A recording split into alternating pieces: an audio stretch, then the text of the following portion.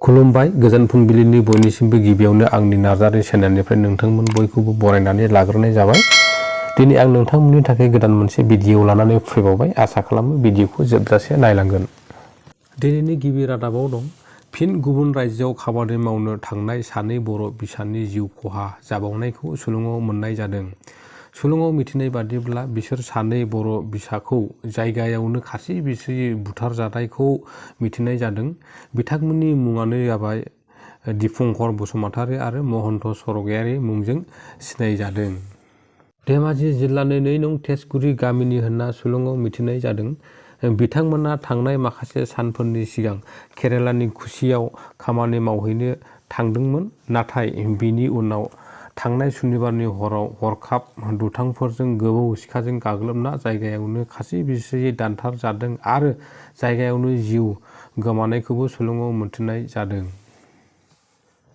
बै जाथायनि सायाव धेमाजि जिल्लानि गुबुन गुबुन आफादफोरजों लोगोसे नखरनि सोद्रोमाफ्राबो दुथांफोरनि सायाव गोख्रों रावजों सोंखारिनायजों लोगोसे फासिनिबो दाबि दिखाङो। रायजो राजाफ्रा गाहायै बे दुखुनांथाव खास्रि बिस्रि जाथाया बर' हारिनि सायावल' जानायखौ सुलुङाव मोननाय जायो। बे जाथायनि सायाव केरेला पुलिसआ सन्देह खालामनानै सानै व्यक्तिखौ दासिमाव हमबाय होनना सुलुङाव मिथिनाय जादों। बे दुथांफ्रानो जाबाय बिनिनो केरेलानि सासे आरो नगाव जिल्लानि सासे दुथां होनना मिथिजादों। दासिमाव दुथां सानै सुबुंफोरनियाव जाथायनि सोमोन्दै आबुङै मिथिनो केरेला पुलिसआ गोख्रोङै सोंथि खालामगासिनो होनना सुलुङाव मिथिनाय जादों। बुथारजानाय सानै सुबुंनि बैसोखौ 38 बोसोरनि आरो सासेखौ 40 बोसोरनि होनना खौराङाव मिथिनाय जादों। मख'थावना दि दिफंकर बसुमतारीहा सासे अनजालि बिसिजों लोगोसे 10 दाननि फिसालाबो थालांबाय आरो महन्त सरगयारीआ गावनि बेमारि बिसिजों लोगोसे देरफुनाय गथ'फोरखौ अराय समनि थाखाय दाहा गालांबाय होनना सुलुङाव मिथिहोनाय जादों। दिनैनि नैथि रादाबाव दं BPF हान्जानि गेदेरथार जाफुंसारनायखौ सुलुङाव मोननाय जादों। MCLA मुनमुन ब्रह्मनि नुजाथिनायाव क'क्राझार जिल्लानि 1 नं पर्बतजरा थिपखायाव BPF मावख'आव मैयानि बेलासि समाव जयनिं हाबाफारि खुंफुंनायखौ सुलुङाव मोननाय जादों। सुलुङाव मिथिनाय बादिब्ला बे जयनिं हाबाफारियाव UPPL आरो BJP हान्जानि सा 100 निबो बारा आफादनि मावफारियाफोरजों लोगोसे सादारन सुबुंफोरा आखाइ हमफैनायखौ सुलुङाव मिथिनाय जादों।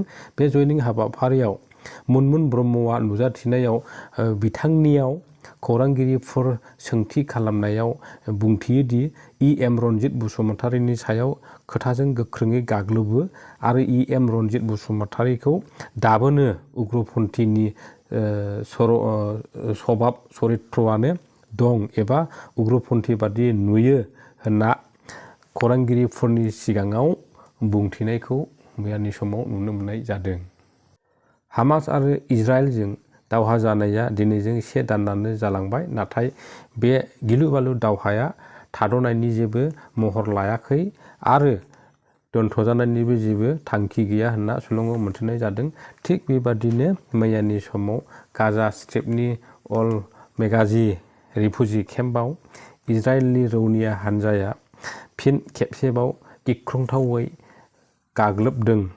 इजराइलआ बे गिख्रंथावै गाग्लोबनायाव खेबसेयै 50 जन सुबुंनि जिउ खहा जानायखौबो खौराङाव मोननाय जादों। इजराइल आर्मिया मिथिनाय बादिब्ला बे रिफुजि केम्पआव हामास उदखारिफ्रा 100 निबो बारा आश्रय लादोंमोन आरो बे उन्दुबाय थानाय समावनो इजराइलनि आर्मिया खबर मोननानै गिख्रंथावै बमा बेरहोनायखौ सुलुङाव मिथिनाय जादों। बेजों लोगोसे दिनैनि भिडिअआ बेखिनियाव जोब्बाय लोगोफोर। भिडिअखौ जोबजासे नायनायनि थाखाय फिन आरोबाव नार्जारि चेनेलनिफ्राय नोंथांमोन बयनिबो गोजोननायखौ जासिहरनानै दिनैनि थाखाय एसेयावनो दोनथ'बाय। गोजोन्थों।